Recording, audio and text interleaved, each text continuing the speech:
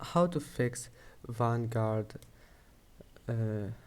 error easy and quick. If you want to fix it, it's easy. First, type here update, then check for updates, and after that install all the updates that you can find here, and then type here background apps.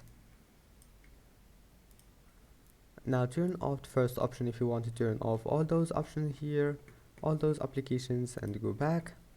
Now type here services, right click on it, run as an administrator, and scroll down until you find here VGC. Right click on VGC and then click stop,